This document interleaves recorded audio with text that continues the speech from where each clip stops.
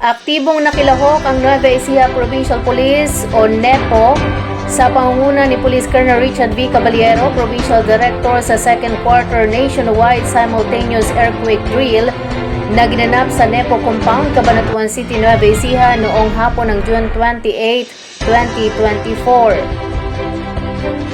Sa panahon ng drill, isinagawa ng mga tauhan ang mahalagang protocol sa kaligtasan ng duck, cover at hold na nagpapakita ng kanilang kahandaan protektahan ang kanilang sarili sa panahon ng lindol. Bukod pa rito, isinagawa ang mga pamamaraan ng pangunang lunas upang matiyak ang mabilis at epektibong pagtugon sa mga potensyal na pinsala at casualty. Ang pagsasanay na ito ay bahagi ng patuloy na pagsisikap upang matiyak ang kaligtasan at kahandaan ng komunidad at mga tauhan ng pagpapatupad ng batas sakaling magkaroon ng lindol.